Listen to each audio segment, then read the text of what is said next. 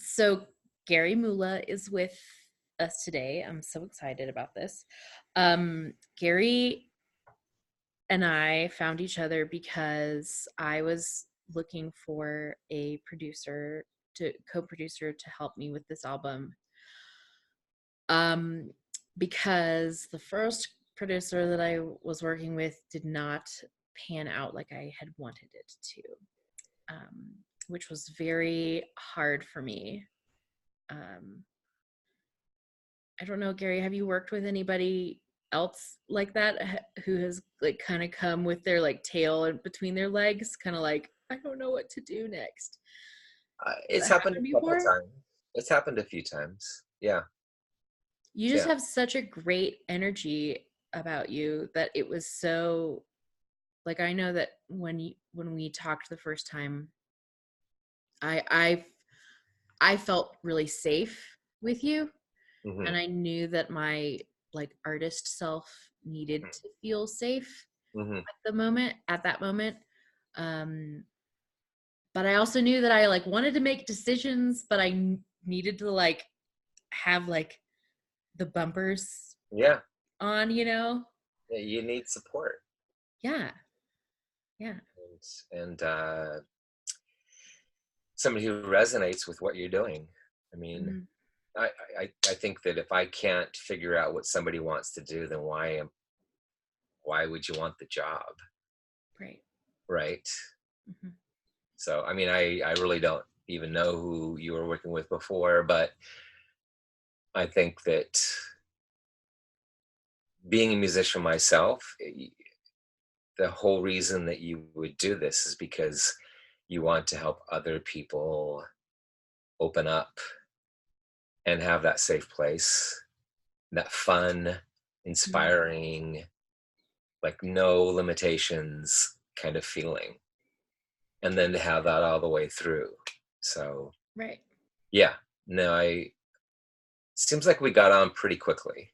I mean, we knew each other before, but it seems Sort like of, once we started planning, sort of, but yeah, not well. not super well. Like honestly, uh, I really came to a place where I was asking. I asked Shelby Earle, Hmm. and I said, I just kind of came to her as like a girlfriend. I was like, Hmm.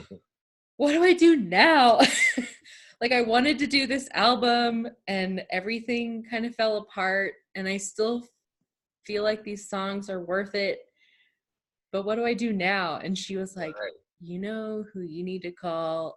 You need to talk to Gary. Ah, So my buddy. yeah, and she was right. She was right. So um, it if you are working on a project and you need and it's been kind of like ripped to shreds, or even not ripped to shreds, but like taking a step back or two, like finding making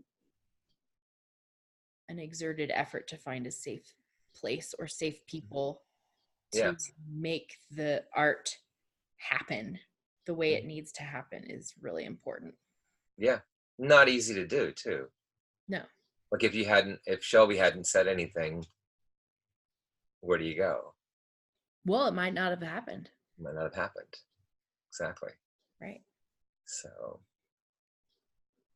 and every record needs a little different thing, too, right? Like sometimes you're not looking for the person that provides the open space. Sometimes you're looking for that person that's wild and crazy and dangerous. And that's what the project needs. Right. Um, Right. in this case, you had quite a big vision, and I felt like you just, like you said, needed a wide framework. I mean, it wasn't easy. We had to fill that out. That was quite a process figuring out your record. Well, I mean, it was my first studio album experience being the one behind the booth, Yeah. because I had been the one on the other side of the glass Hmm. for almost a decade Yeah. by that point. And so I had always been used to people telling me what to do Hmm. and not the other way around. And so all of a sudden getting thrown in the deep end of like going, oh, wait, I can tell them what to do now. It's like, oh, yeah. I had to keep reminding myself, oh, yeah, we can make decisions here. We can we can say yes or no. We can say yes or no to this. So Which that was you were perfect for that, because even if you hadn't done it, you have that kind of organized mind. So, I mean, as I recall, you walked in with a plan, I did. a plan. But it's only Okay. because I was so nervous. It was like, yeah, yeah. I mean, we still had to work out further details on instrumentation and who would do what and how each song should go. But I mean, you were really far along, and even on your timing of things, and you had that organizational skill. Mhm. So you were a great partner for me, because I do a lot. I'm a feel and in my head person, and you're really good at having things out and like Yeah, yeah. logging and keeping track, and so you also though were really good working with the musicians, because you were very clear, and I think that really helped get the tracks that we wanted. Well, that's good to hear. I like those horns on these songs are so good. Like, Well, that was an episode or two oh man, or three. that was they turned out so good. I mean, everything turned. Really so proud of everything, and um, I'm so just humbled and honored and grateful, and so glad that we were able to work together on this. So, What um, was the primary? Remember the session with we had three horn players: Andrew Vate, mhm. um, Carrie Rayburn and Scott Carrie. Moore That's right, Scott. and Scott Morning. Yeah. Yeah, yeah, that was an energetic little session we had, if I recall. Oh yeah, it's so Do you fun. remember that? Yeah. Oh yeah, it was fun.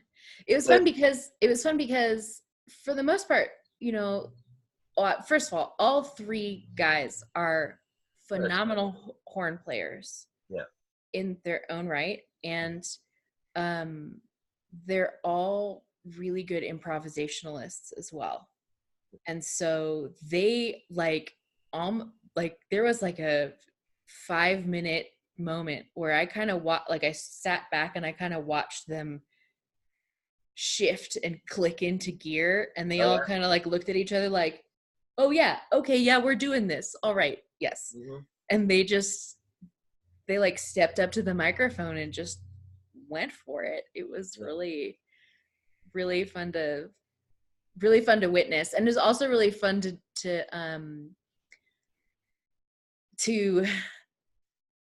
have had like horn parts in my brain.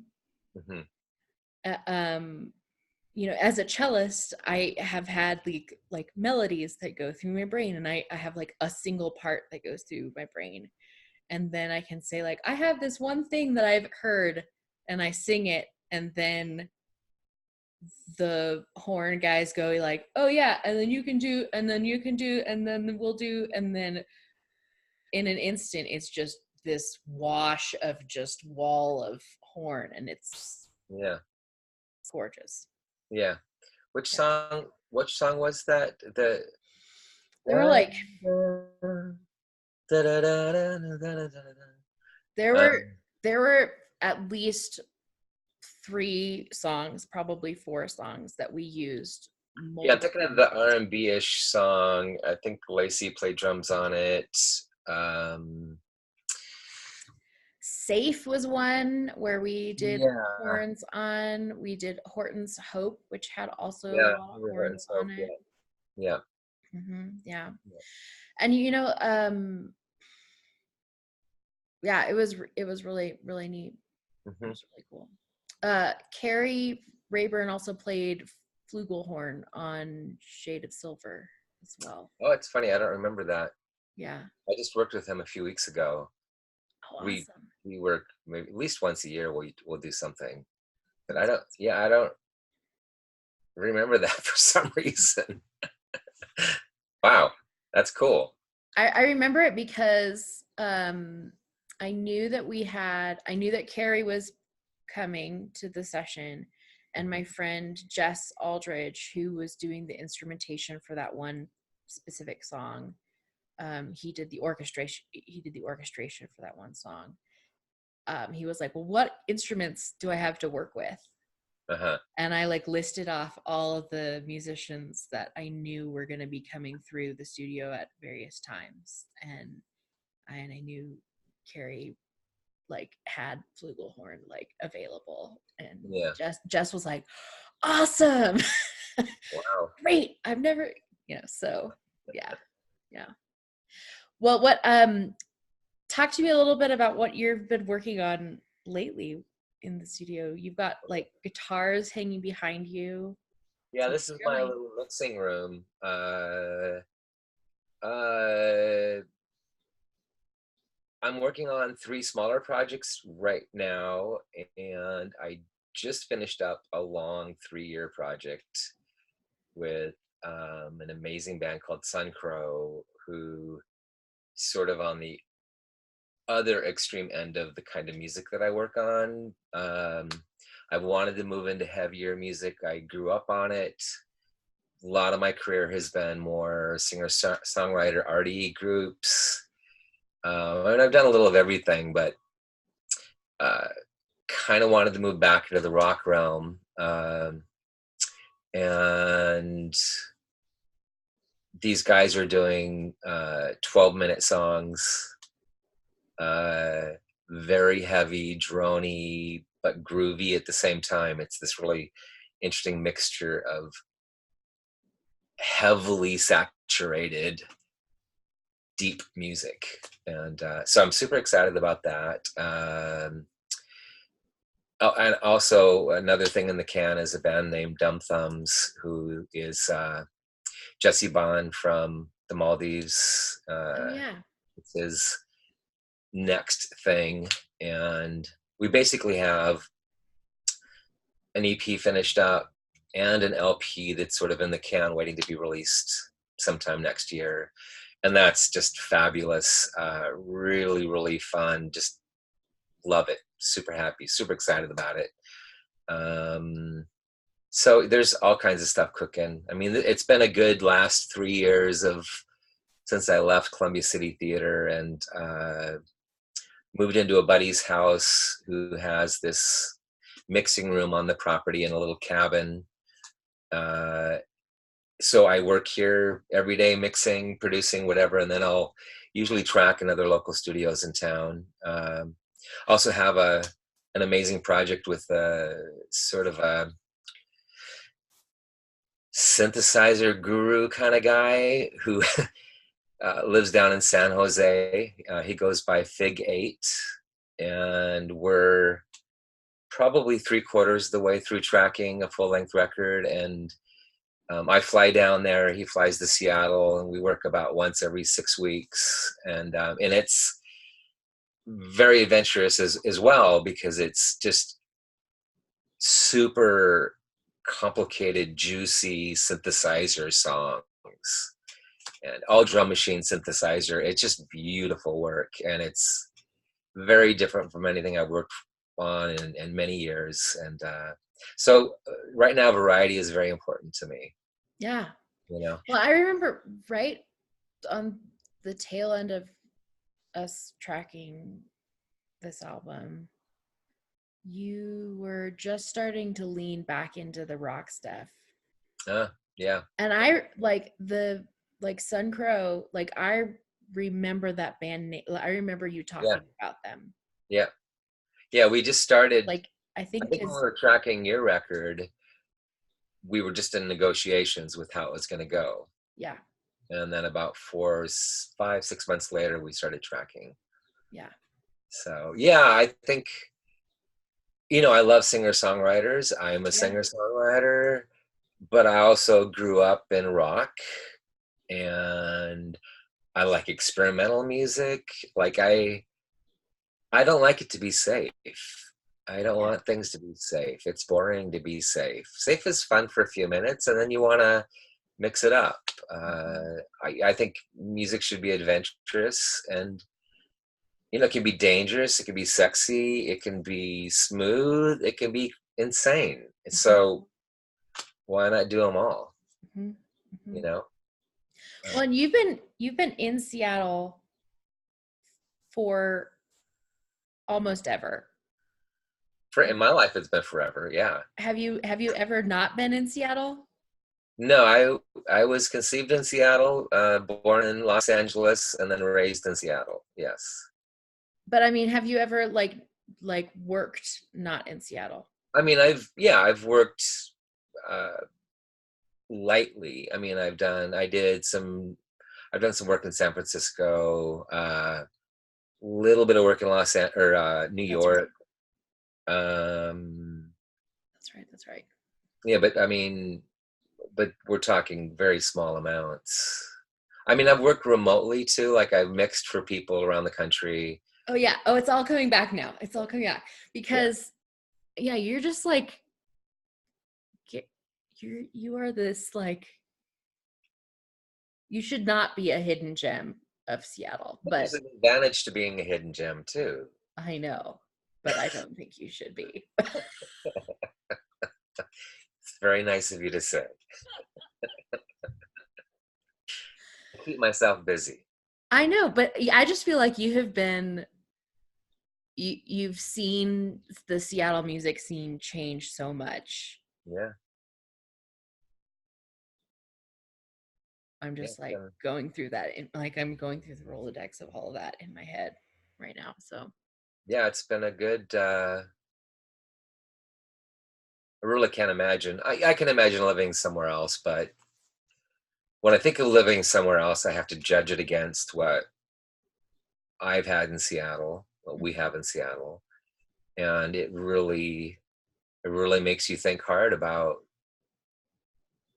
what you could accept in another city in terms of a music community, support, venues, and so on and so forth. So mhm. yeah, yeah. No, I love my city. Sometimes I'm not always happy with my city. I don't, it What do you bums mean by it bums me out. There's not more dance music in Seattle, more like aggressive dance bands, electronic bands. Like what's up? Where's the pop? We have it. I just don't feel like we have enough of it. And Mhm, so there's not enough of a kind of structure of those groups and support for those kinds of groups. mhm, Um, we're a little monolithic in our music scene. mhm, Uh, and I've that the reason I started moving more towards rock was that I felt like Seattle was playing it way too safe with its music scene. So interesting. yeah, Well, and I I mean, think I commend you for leaning into that. Really, yeah, I mean the rock scene has come up for sure, but it's taken a long time to come back. yeah. So, and I'm not just into the rock scene, but I just want things to be varied, you know. No, I just mean I commend you for leaning into that impulse and that instinct is important. Like if you want things to change, you kind of Hmm. have to change them. Hmm. You know. Yeah, get Um, involved. yeah, totally. Yeah, there's yeah, man, I that's mean, how do you feel? Like you started this record 3 years ago, yeah. and the Well, it's scene been it's been 4.5. 4.5. Okay, Yeah, it's been 4.5. so that's right, 2015. Yeah. Well, a lot of life has happened since then. Hmm. Um, and and I am now living in Nashville, not Seattle. Hmm. Um, Partly for some of the reasons you just mentioned. even. Yeah. Because I've reached out to some of the songwriters in the Seattle area, just to kind of build like a, hey, let's get together and like write songs together. But there's not a and this might be partly due to the Pacific Northwest culture, not necessarily the music scene there. Hmm. But like the vibe was kind of like, well, no, like we want to support each other in music, but we don't necessarily need to help each other write each other's music, Uh-huh. you know. Yeah.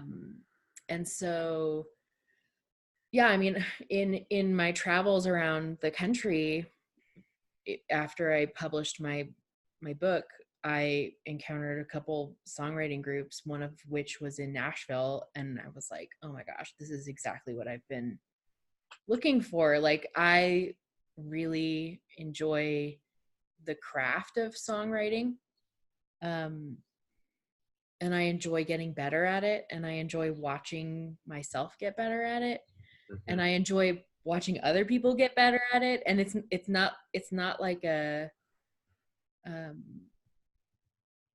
it's not a like a an ego thing. It's definitely like a, let's cheer each other on and watch each other, like, oh, that's a really cool line, oh man, great job. Like, there's Hmm. really a or I should say, it can be that way. It doesn't have to be competitive, or you don't have to side eye each other at all in art. It can just be really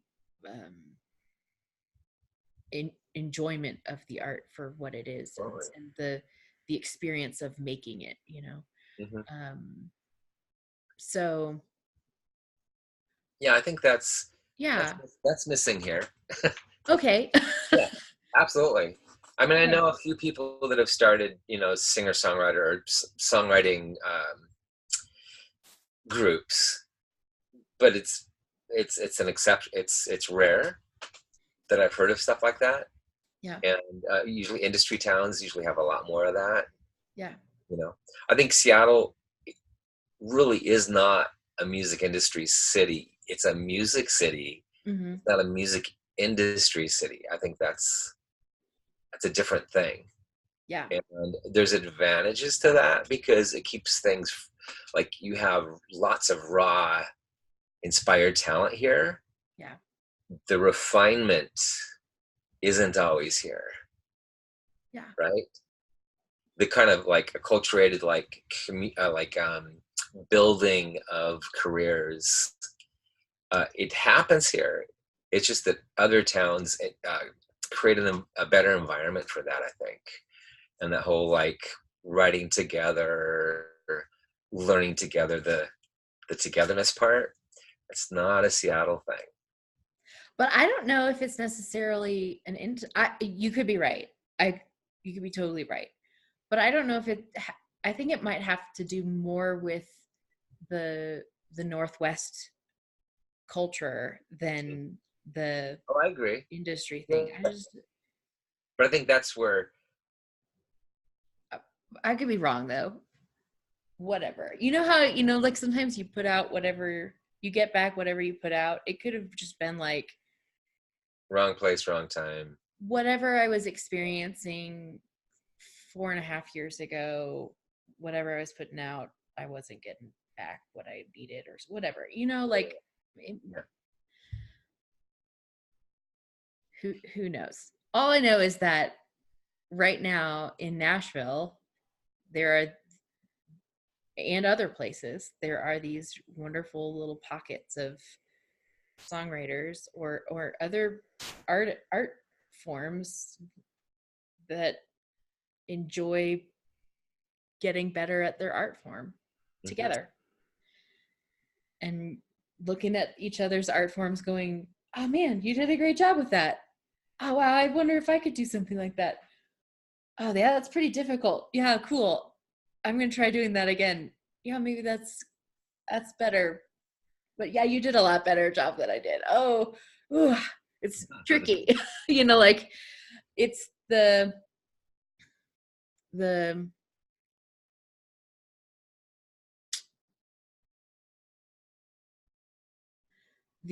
craft creation is the part that I think what I was wanting more of in Seattle.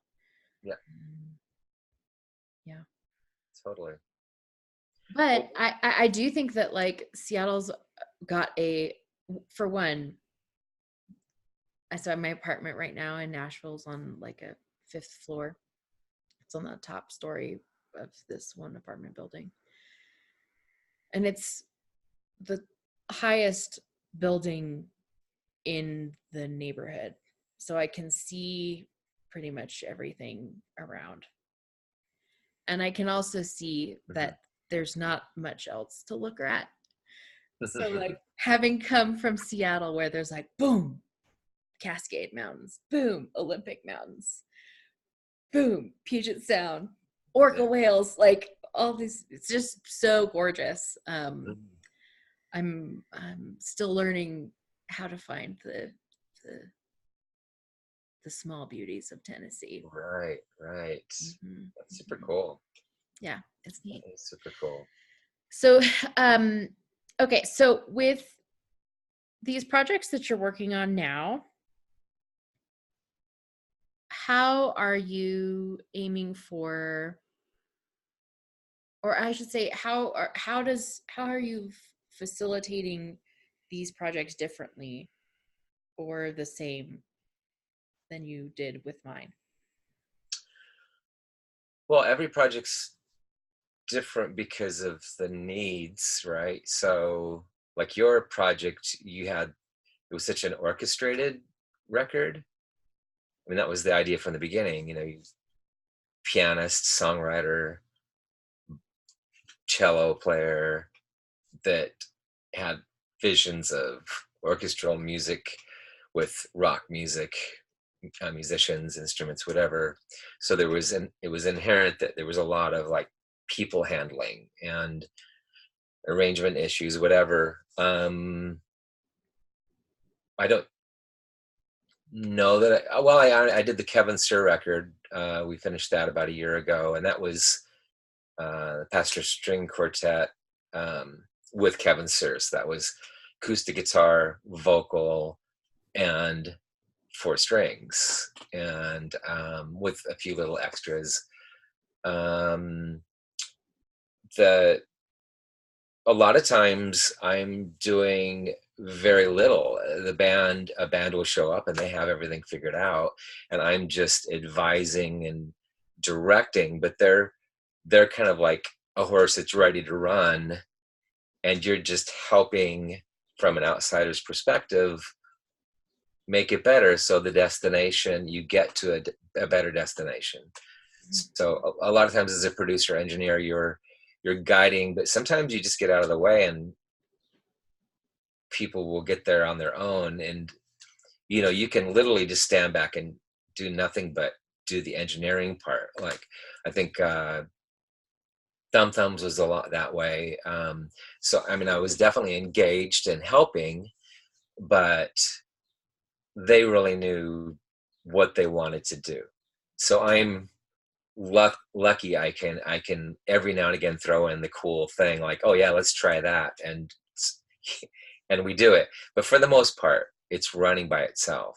And there are other times, like lately, what's going on is I'm trying to not be bossier, 'cause I tend to not be very bossy, but be more a little louder in my own voice. That All I mean by that is not being afraid really to tell somebody, I would like it if you went back home and worked on this more for a few weeks. Like being able to say that to somebody is not something that came easy to me. That's Even though I know, like I came from a very schooled, very trained way of learning your craft and being ready for sessions. And But to tell people who that isn't as obvious to, that they're not ready to do that track, that's not easy. Mm-hmm. But for me to do better work, I need artists that are ready to help do better work. Mm-hmm. This is about me as much as it is about them. We're doing this together to create a better thing, Mm-hmm. more inspired, whatever the thing is you're trying to do. So I find I'm trying to stretch myself more. On your project, I think seems that we did a synth track on something that I tried. I don't think I really played anything on your record, but there were, maybe I think I played bass on, didn't I try to do a bass track on Velveteen or something? Yes, but we ended up using cello and tenor guitar. Well, that's awesome. Yeah. My point being, I'm trying to bring my playing, not to hold my own playing up, Yeah. but to bring my music abilities more into the job that I do for people. Yeah. So, Yeah. uh, And by the way, just in light of what you just said, we chose not to use that, not because of your playing, just so you know, thank you. Thank you. but because I because think we it was re- the because appropriate choice, though. because we realized there was it was no, it was like an instrumentation thing. We realized like, oh, there was there was no other song in the album that didn't have bass, Yeah. and um that also didn't have uh piano. Hmm.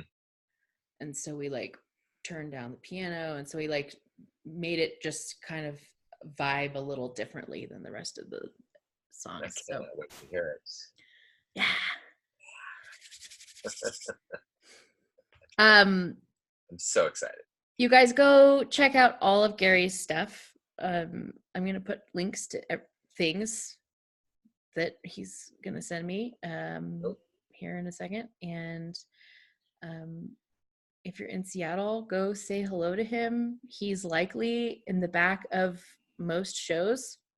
It's like hanging around, getting hugs from everybody. He is such a sweetheart and really nice guy. And if you ever need a really great producer, co-producer, somebody work on your music, please call him up. He's really, really wonderful to work with. Really wonderful to work with. Thank you, Emily. Yeah. Very nice of you. Oh man, like truly like the least I could do, and like is just the truth. Just the truth. Just the truth.